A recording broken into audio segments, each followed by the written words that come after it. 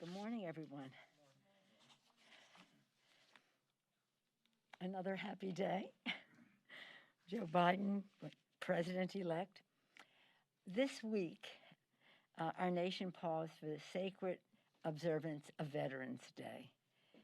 Every day we honor our veterans, but one day specially set aside, just as the military leaves no soldier on the field in battle. When they come home, our commitment is to leave no veteran behind. This morning, it was my honor to be joined by the chair of the Veterans Affairs Committee, Chairman Mark Takano, as we signed the Veterans Compact Act, critical legislation to prevent veteran suicide. As our nation confronts the accelerating coronavirus crisis, it's important to note that this has affected tens of thousands of veterans and VA workers. It is imperative that we secure even more funding to support the VA and care for our veterans and their families. I also had the privilege of participating in the work of Elizabeth Dole for the observance that she had on Veterans Day this year. It was in cars at the Kennedy Center, and some of us were virtual, but Senator Elizabeth Dole has been an angel for our veterans, and I was honored to be asked by her to join Senator John McCain and others to be part of the initiative to honor our hidden heroes, the families that care for our veterans. Thank you, Elizabeth Dole, for all of that. Again, as we honor the needs of veterans in every area, we must recognize that it's not just the VA that meets their needs. It's the role that veteran small businesses play, and we want more opportunity for that. Many of our veterans rely on Medicaid. They constantly come to us and say that the Medicaid piece is important to their lives, food stamps, and housing assistance. So many of the things that we have actually in the coronavirus bill, the HEROES bill, affect our veterans. Yesterday, associated with this, yesterday, as you're probably aware, Leader Schumer and I had a call with President-elect Joe Biden. We'll stay in close touch in the coming days. We spoke about the intensifying pandemic, and the economic crisis accompanying it, and about the urgent need for Congress to pass a bipartisan bill in the lame duck session that provides resources to fight the pandemic and relief for working families and small businesses, support for state and local governments to keep the frontline workers on the payroll, and engage expanded unemployment insurance and affordable health care for families. The health care piece, of course, being essential. At the same time, as you know, earlier in the week, the administration was, instead of crushing the virus, trying to crush the Affordable Care Act. And of course, we were very pleased at the presentations that were made in support of the Affordable Care Act in the courts. But on our call, back to our call, that wasn't on our call, we also discussed the need for bipartisan solutions to create millions of good-paying jobs, including through investments in infrastructure, manufacturing, research and development, and clean energy. Infrastructure legislation has largely not been a partisan issue. We believe this is a good place where we can find common ground. But that is something we can work on now, but as we go into the new Congress. But for now, the two areas of the coronavirus and also to pass an omnibus bill in a bipartisan way. I'm optimistic that will happen. I'm an appropriator, so I have a good rapport with the appropriators, and I think that left to their own devices, they can get this done, as I've said before. Chairman Shelby and I had this conversation, assuring each other that we want to have a bill. Again, our focus in the Congress now in this lame duck, it continues to be on COVID relief. This is a red alert, all hands on deck. As Leader Schumer and I discussed yesterday, This is an emergency of the highest magnitude. And yet, our Republican colleagues want to focus elsewhere instead of recognizing this as a health emergency, which science has given us a path to crush. We had worse numbers than even yesterday. The numbers speak very eloquently.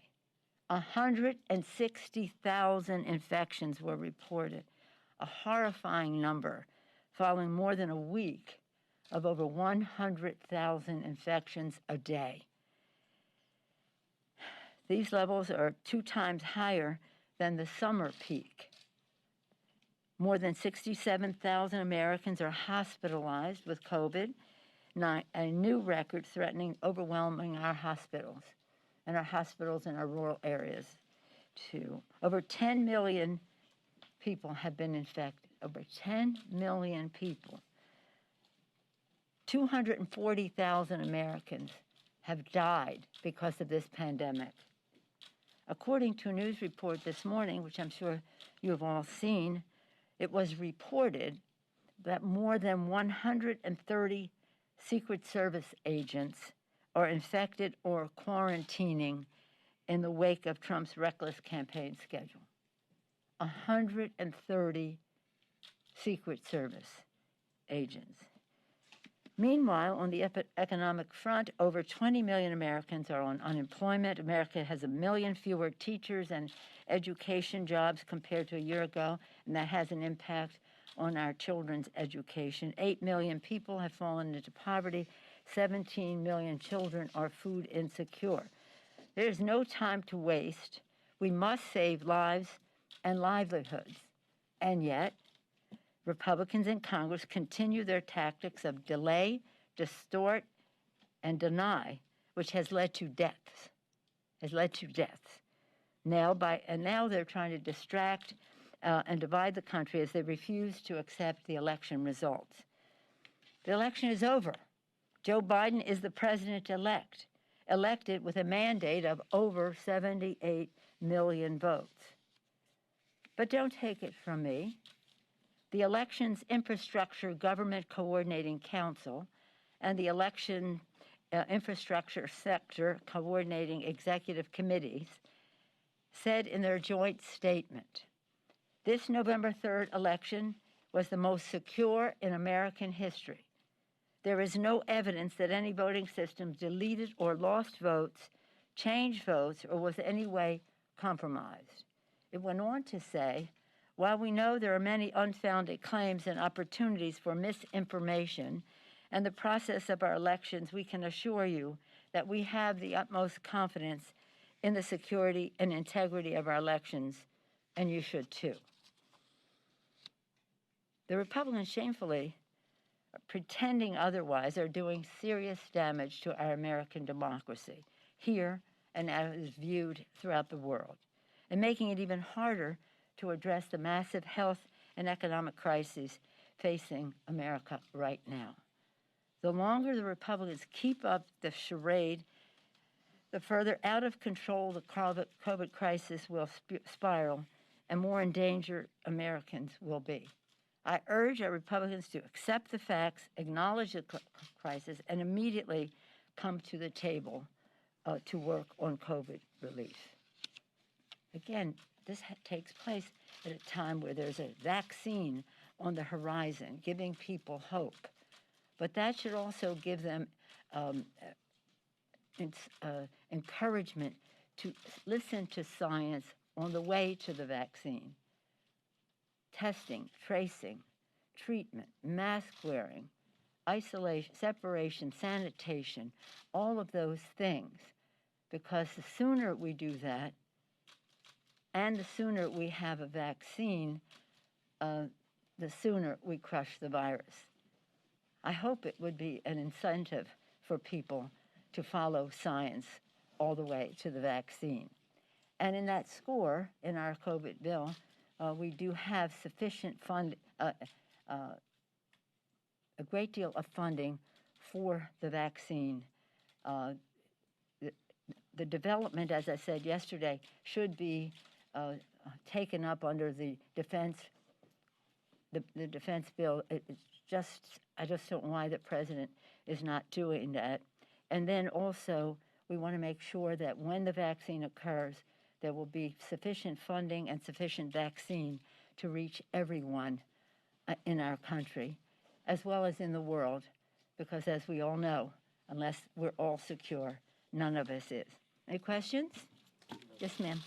Speaker Pelosi, a record number of women, Republican women, have been elected to Yeah. the Congress this year. Great. Republicans are saying it's the year of the Republican women.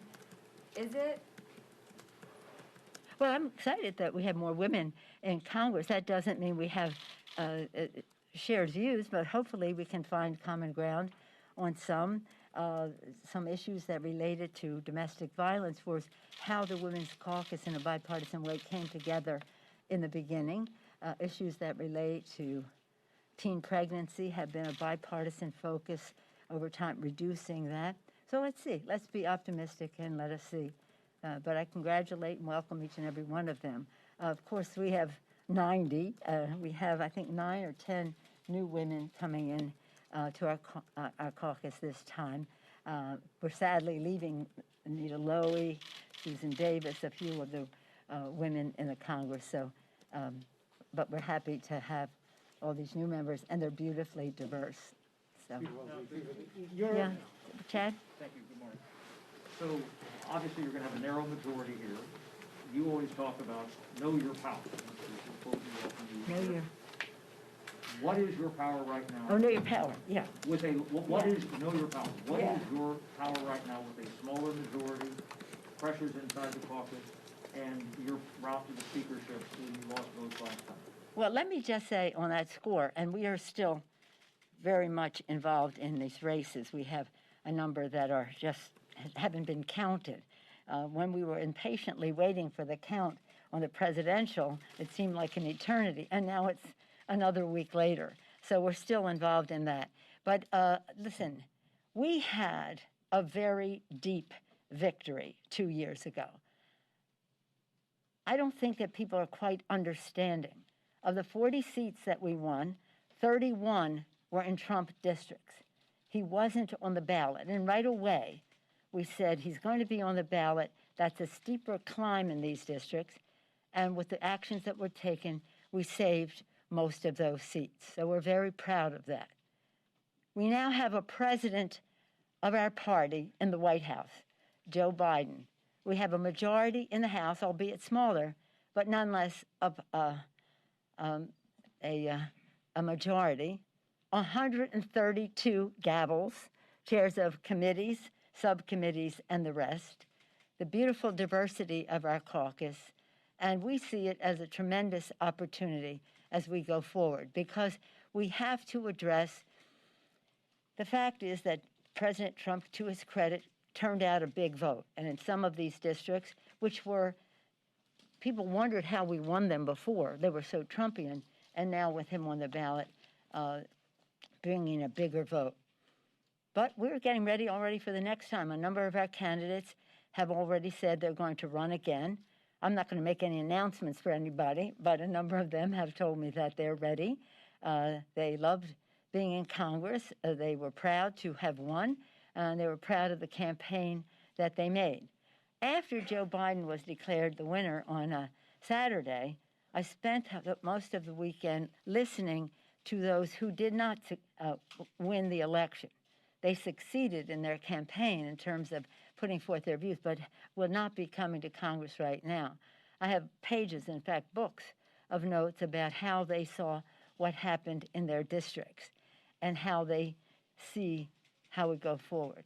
And it is clear that a number of the people who, there are certain issues that may have worked one place or another, but we have to have a deep dive. We have to really have the data. And so all of them gave me their view for the moment and said, when we get more data, we'll have a clearer picture. But is there an end in any way by having a smaller majority and what that means for both the caucus, control of the House, and for your speaker? May I remind you that we have a president of the United States.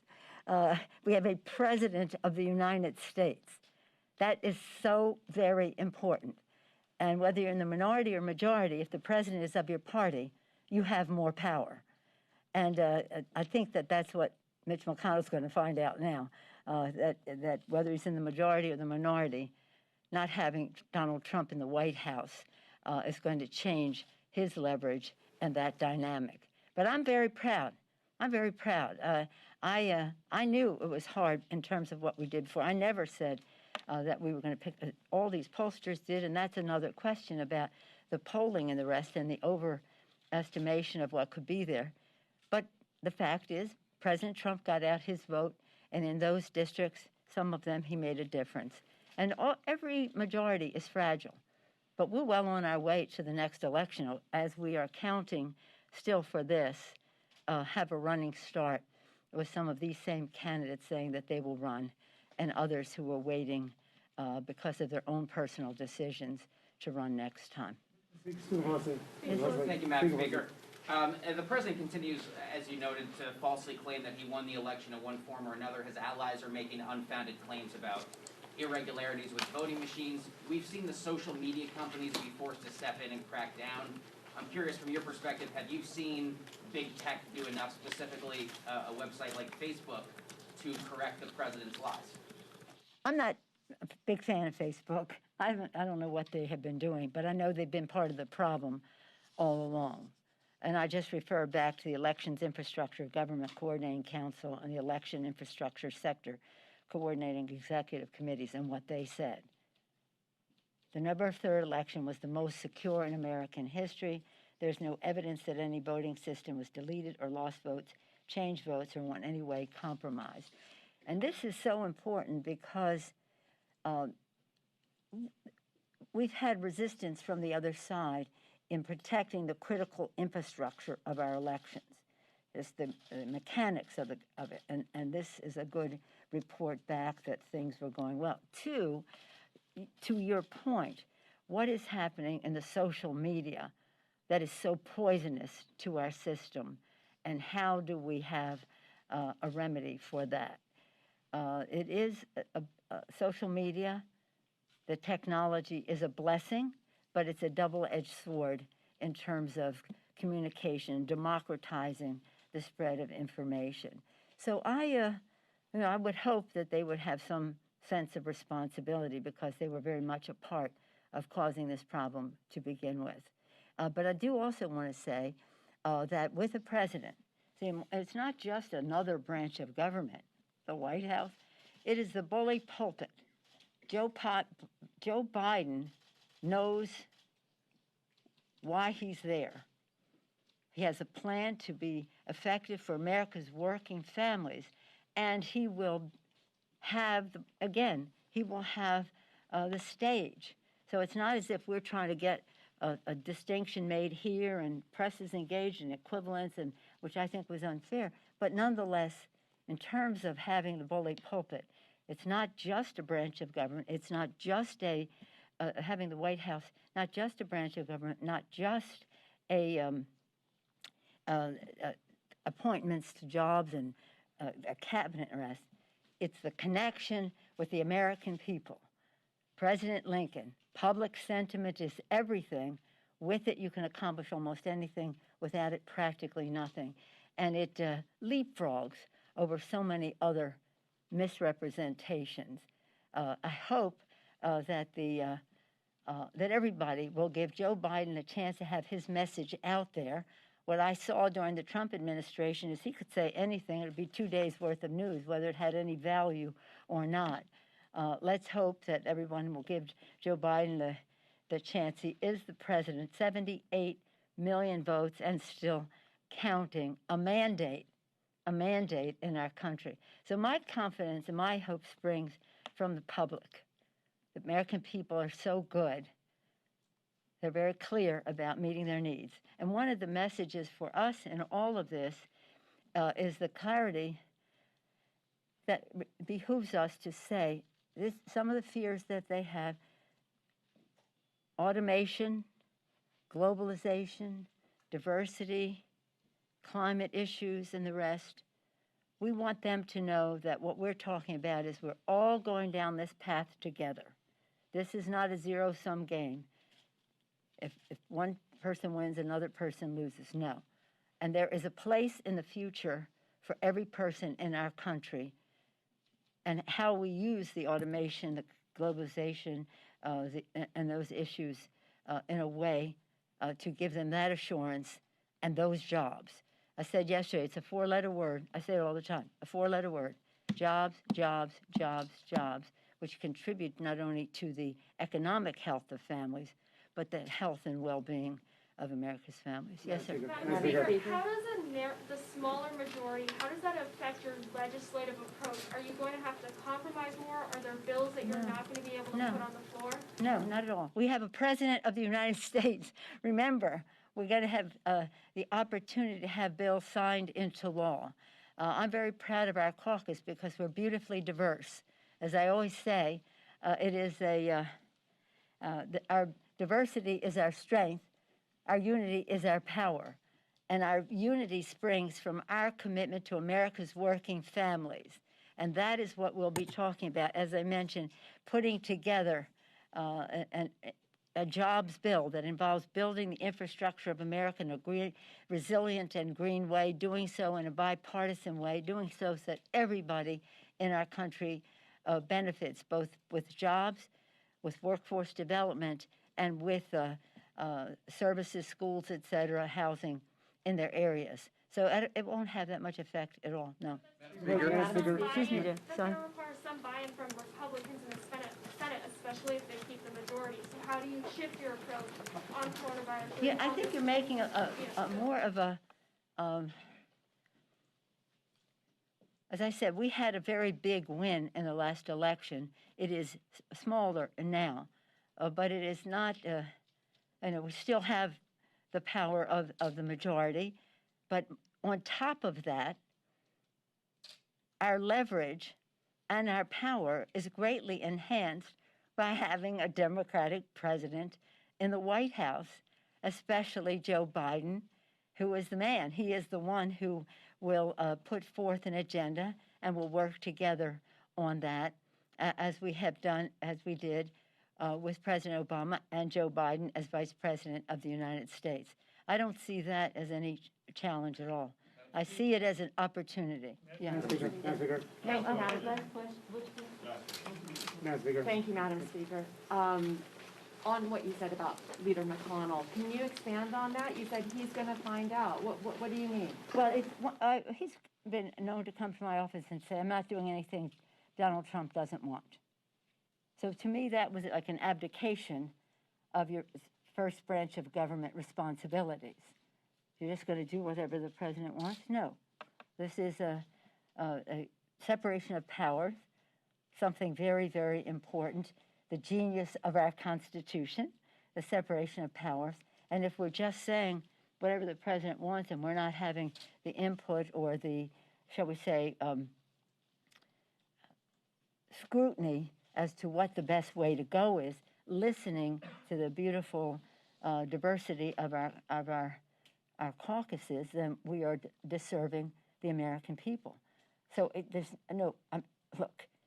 no question when the president is a president of your party, your leverage and your power is greatly increased. You must know that. You must know that.